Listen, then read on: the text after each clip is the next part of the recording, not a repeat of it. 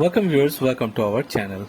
In the politics of deification, there is a demigods who can't be touched, much less allotted to crumble and fall.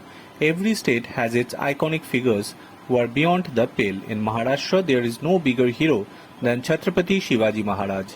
I learnt my Shivaji Maharaj lesson in 1990s when I wrote a column on the controversy over renaming Mumbai airport.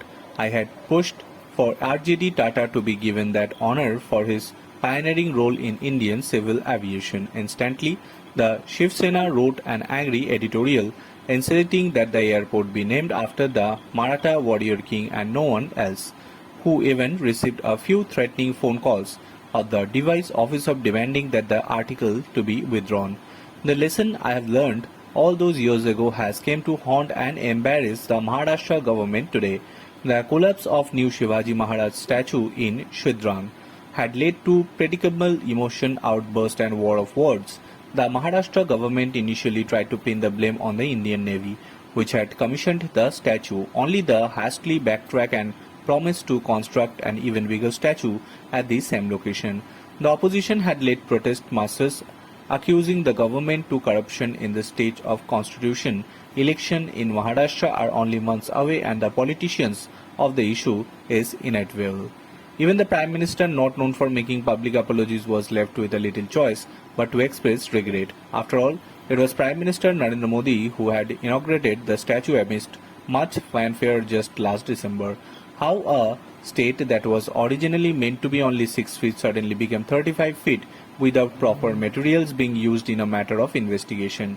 The suspicion remains that the speed of the construction was tangled in the frantic desire to impress the national leadership without adequate regularity oversight.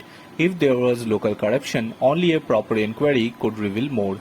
But look beyond the noisy blame game and reflect upon what fallen statue of the legendary figure tells us about the state of our polity and its priorities. There are hundreds of Shivaji statues, large and small, dotted across Maharashtra and country. If Dr. B.R. Ambedkar's statue in fixtures is almost every town and village across the country, Shivaji Maharaj too occupies the prominent places in most Maharashtra towns.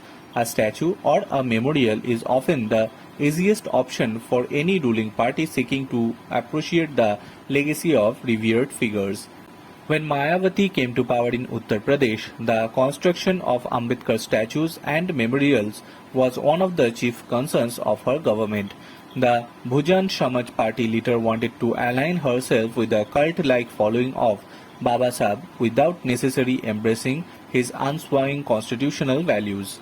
In Maharashtra too, leaders who push for even larger Shivaji Maharaja statues to be built mostly at taxpayers' expenses won't look at making investments in quality schools and hospitals with the same urgency.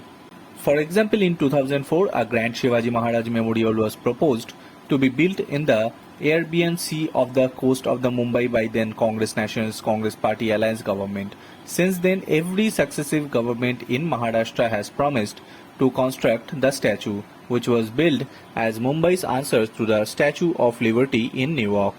20 years later, caught in court and environmental battles, the statue has still not been built, even at cost have risen exponentially. The estimated cost of the statue in 2018 was over rupees 300-600 crore. In city where a Shivaji Maharaj statue already exists at the gateway of India, it is really necessary to build another one at this coastline. But which Maharashtra leader or government would have the political courage to suggest that a Shivaji statue is a waste of taxpayers' money? Bureau Report.